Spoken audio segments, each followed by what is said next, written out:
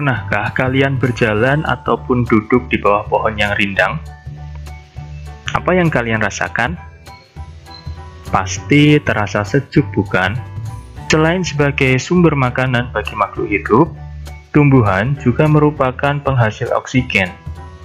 Tumbuhan dapat menghasilkan oksigen melalui proses fotosintesis. Dengan menyerap karbon dioksida yang dihasilkan oleh manusia dan hewan, tumbuhan akan mengubahnya menjadi oksigen. Selain itu, tumbuhan juga berfungsi sebagai peneduh di saat panas terik. Juga, tumbuhan berfungsi untuk menahan air, supaya air tanah tetap terjaga, dan daerah yang lahan miring tidak rawan dengan bencana longsor. Tumbuhan akan berkembang biak untuk menjaga kelestarian jenisnya. Oleh karena itu, manusia memiliki peran untuk melestarikan tumbuhan. Pada pembelajaran pertama, kamu sudah belajar bagaimana cara mengembangbiakkan tanaman jagung. Sekarang, mari kita ingat kembali salah satu paragraf pada pembelajaran 1. Jagung merupakan salah satu tanaman yang dijadikan bahan makanan pokok di berbagai negara, salah satunya di Indonesia. Di Indonesia, penduduk Pulau Madura menjadikan jagung sebagai makanan pokoknya. Jagung merupakan salah satu tanaman penghasil karbohidrat yang sangat diperlukan oleh tubuh. Dari paragraf itu, mari kita mencari ide pokok dan belajar untuk membuat kesimpulan dari paragraf tersebut. Sekarang kita amati kalimat terakhir dari paragraf itu bukanlah suatu kesimpulan, maka kalimat utamanya ada di awal paragraf, sehingga kita bisa mengambil ide pokok dari kalimat tersebut. Bisa sama persis atau kita persingkat. Misalnya saja, dari kalimat tersebut kita bisa membuat ide pokok, jagung merupakan salah satu makanan pokok masyarakat Indonesia. Setelah itu, mari kita tentukan kesimpulannya. Bagaimana cara mencari kesimpulan? Yang pertama, bacalah secara intensif seluruh bacaan dari awal hingga akhir. Kemudian, tentukan ide pokok dari masing-masing paragraf pada teks bacaan. Yang terakhir, simpulkan isi bacaan berdasarkan ide pokok. Karena kita sudah menemukan ide pokoknya, maka langsung saja kesimpulan dari paragraf tersebut adalah jagung sangat penting di Indonesia. Kamu juga bisa membuat kesimpulan yang lain sesuai dengan pemahaman dan kreativitas kamu sendiri, asalkan memperhatikan ciri-ciri kesimpulan yang baik. Di antaranya, kesimpulan harus berupa pesan yang ingin disampaikan kepada pembaca. Kemudian, kesimpulan berupa intisari dari tulisan. Kesimpulan dimulai dari khusus menuju umum. Kesimpulan harus menggunakan kosakata baku. Dan kesimpulan merupakan suatu pernyataan yang dibuat berdasarkan ide pokok dan kata kunci dari kalimat penjelas dengan kalimatmu sendiri. Seperti itulah bagaimana caranya untuk mencari kesimpulan. Salah satu bentuk rasa syukur kita kepada tumbuhan adalah dengan merawatnya dengan baik. Merawat tumbuhan bisa dilakukan dengan hal yang sederhana, seperti memberikan pupuk, menyirami, dan membersihkan dari rumput liar.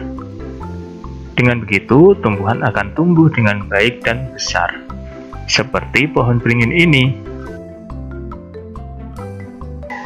Ingatkah kamu bahwa pohon beringin merupakan salah satu lambang dari Pancasila? Kira-kira sila keberapa? Betul, sila ketiga, yaitu Persatuan Indonesia. Makna dalam sila ketiga Pancasila adalah suatu wujud kebulatan yang utuh dari berbagai aspek kehidupan yang meliputi ideologi, politik, sosial, budaya, dan pertahanan keamanan yang semuanya terwujud dalam suatu wadah, yaitu Indonesia. Kali ini kita akan mempelajari nilai-nilai yang terkandung dalam sila ketiga Pancasila. Nilai yang terkandung dalam sila ketiga Pancasila diantaranya adalah 1. Negara Kesatuan Republik Indonesia. 2. Cinta perdamaian dan persatuan. 3. Tidak egosentris. 4. Nilai kerjasama. Dari keempat nilai itu, kita bisa mengamalkannya dalam kehidupan sehari-hari. Bagaimana caranya? Mari kita perhatikan gambar-gambar berikut ini.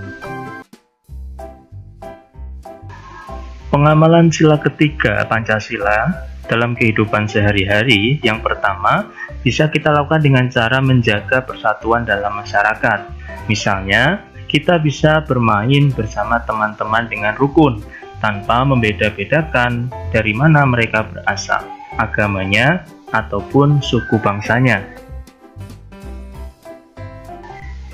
Pengamalan kedua yaitu mengutamakan kepentingan umum di atas kepentingan pribadi dan golongan. Misalnya, ketika hari Minggu kamu berencana untuk pergi bersepeda, tetapi hari itu juga ada jadwal untuk kerja bakti membersihkan lingkungan tempat tinggalmu. Maka, kamu harus lebih memilih melaksanakan kerja bakti, karena itu merupakan kepentingan umum daripada kepentingan pribadi. Pengamalan selanjutnya yaitu rela berkorban untuk kepentingan bangsa. Kamu bisa membantu kegiatan di lingkungan sekitar rumahmu dengan ikhlas tanpa mengharap imbalan apapun. Pengamalan selanjutnya yaitu cinta tanah air. Sikap cinta tanah air bisa kamu tunjukkan dengan melakukan kegiatan upacara di lingkungan sekolah. Juga bisa kamu lakukan dengan menyanyikan lagu-lagu kebangsaan Indonesia. Pengamalan selanjutnya adalah sikap bangga sebagai bangsa Indonesia. Bangga sebagai bangsa Indonesia ini bisa kamu tunjukkan dengan memakai produk-produk hasil anak negeri, seperti memakai batik, ataupun membeli tas dan sepatu buatan Indonesia. Dan kamu juga bisa memperkenalkan budaya-budaya daerah kepada orang-orang yang belum mengetahuinya. Pengamalan selanjutnya adalah membela tanah air. Membela tanah air bisa kamu lakukan ketika ada kekayaan ataupun tradisi bangsa Indonesia yang diakui oleh negara-negara lain. Tugasmu sebagai warga negara Indonesia harus membela bahwa itu semua adalah milik Indonesia. Pengamalan yang terakhir adalah tidak membedakan atau tidak memusuhi suku tertentu. Kita harus selalu menjaga kerukunan dan saling menghormati suku-suku yang ada di Indonesia. Kita harus bisa berteman baik dengan mereka dan tidak membeda-bedakan. Demikian tadi contoh pengamalan sila ketiga dari Pancasila dalam kehidupan sehari-hari. Kamu bisa berdiskusi dengan orang tuamu untuk mencari pengamalan Pancasila yang sudah kamu lakukan di rumahmu bersama keluargamu.